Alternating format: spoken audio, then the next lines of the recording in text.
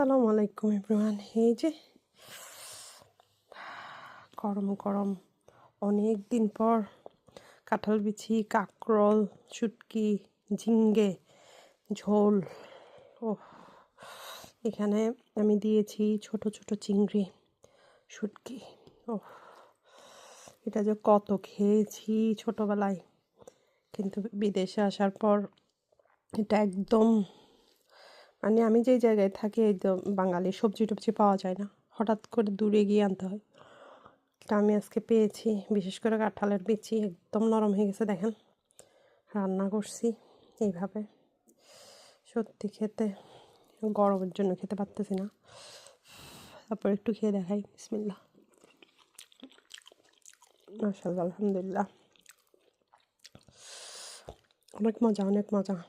মাংস fail, biryani fail. এমনভাবে যদি করে, এমনভাবে যদি রান্না করে খান তাহলে বুঝবেন এটা যে এত মজা, অনেক টেস্টি একটা খাবার। কাঁঠাল বিচি দিয়ে এইভাবে করে খেয়ে দেখবেন, সত্যি অনেক মজা, অনেক মজা, অনেক মজা। Thank you for watching.